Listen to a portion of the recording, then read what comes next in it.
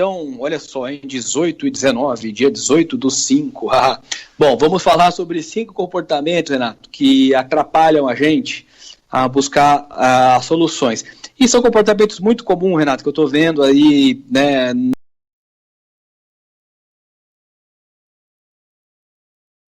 Muitas vezes não sabe direito a quem ouve, né?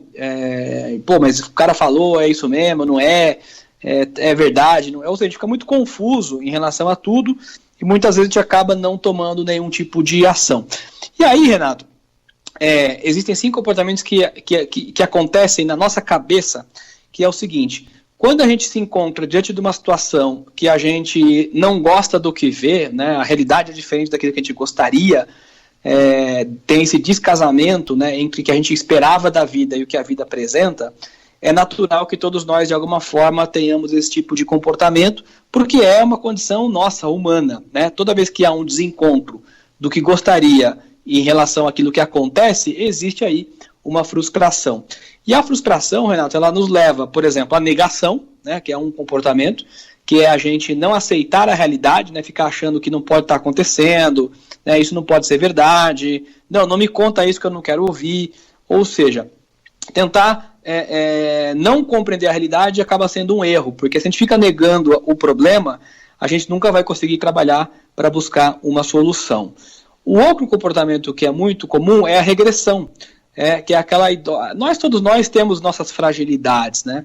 E de modo que quando a gente sente essa frustração no dia a dia, a gente pode, sim, claro, ter comportamentos infantis, né?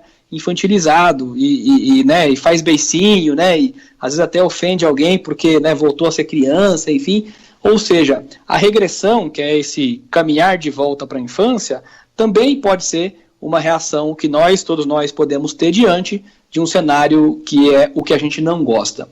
Um outro elemento que pode aparecer é o tal do bode expiatório, né?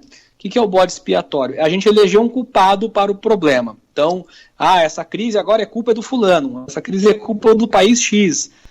Ou seja, a gente sempre fica achando alguém para ser responsável. Mas quando, no fato, essa crise só existe, é claro que ela tem uma origem, mas o fato dela ter sido originada não necessariamente é a responsabilidade dela ter sido espalhada, né? Ou seja, tem muitos elementos nessa história que não dá para ficar culpando uma ou só pessoa.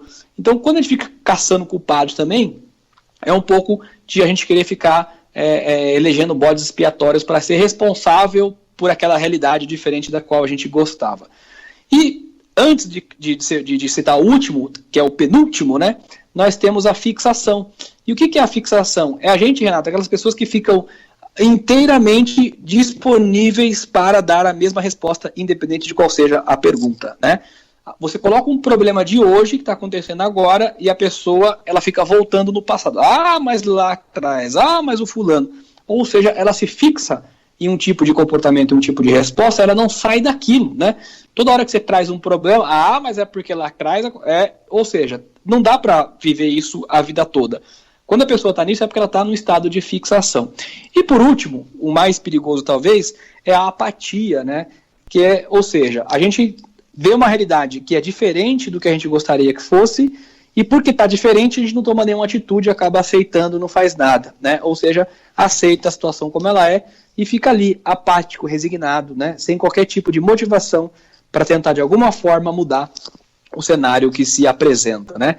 Então, negação, regressão, bode expiatório, fixação e apatia são todos elementos, Renato, muito importantes para a gente pensar em relação ao nosso jeito de ver a vida, de ver a realidade, por mais que a gente não goste dela, por mais dura que ela seja, mas se a gente não conseguir compreender como ela é, a gente não consegue sair para nenhum lugar, a gente não consegue buscar nenhuma alternativa, nenhuma solução. A gente fica preso negando esta realidade através de alguns comportamentos que de fato são naturais para o ser humano, mas que não vão nos ajudar a chegar a lugar nenhum.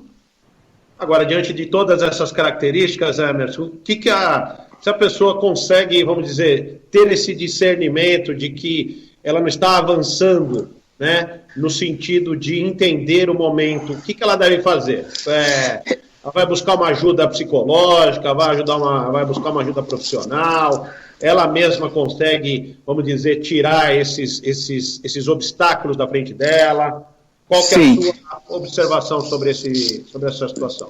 Sim, tem pessoas que conseguem por si mesmas, né? A história caiu a ficha, né? Tem pessoas que conseguem compreender isso, né? E ver que, poxa vida, né? Caiu uma ficha que eu não posso ficar preso a isso, né? Eu consigo fazer essa autoanálise do meu comportamento e buscar resolver de alguma forma. Conversar com as pessoas, né? Perguntar o que as pessoas estão fazendo, ou seja, procurar outros exemplos para tentar achar um comportamento que seja mais adequado no sentido de buscar uma solução.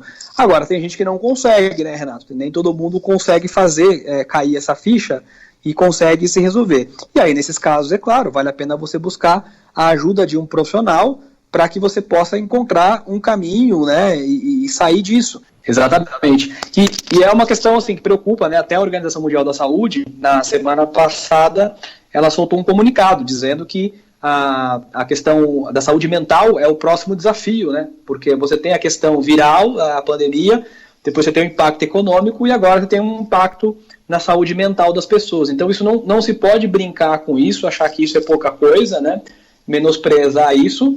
Pessoas que conseguem sozinhas sair disso, que bom, mas nem todo mundo consegue. E quem não consegue precisa sim buscar uma ajuda de profissionais da saúde qualificados, né, psicólogos, etc., para poder sair disso, porque isso não vai de fato contribuir para que a pessoa, né, aumente a sua felicidade ou que ela compreenda o que ela pode ou não fazer para ter uma vida melhor, né? Ou seja, é um perigo isso, porque você fica preso a esses comportamentos e ao estar preso nesse comportamento você acaba não buscando solução, né, para a sua própria vida.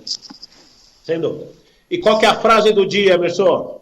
A frase, Renato, é uma frase do educador Paulo Freire que dizia o seguinte, né? O futuro não é determinado, condicionado. Ele pode ser modificado.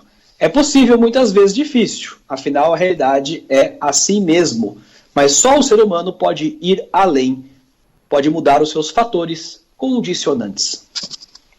Isso mesmo, bacana. E viu, Emerson, nós já tivemos novamente aqui, o Francisco colocou uma série de nomes de filósofos chineses. Manda aí.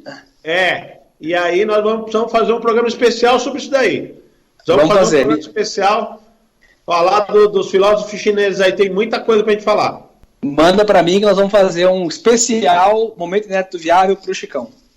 É isso aí. Bacana, deixa seus contatos aqui para os nossos ouvintes internautas. O site é www.oineditoviável.com.br e nas redes sociais é só procurar o Inédito Viável no Facebook, Instagram e no YouTube, o canal Inédito Viável, onde você tem acesso a todo o conteúdo que a gente fala aqui às segundas-feiras no Radar Paulista. É isso aí, bacana, Emerson. Obrigado pela participação e até segunda-feira com mais um Momento Inédito Viável.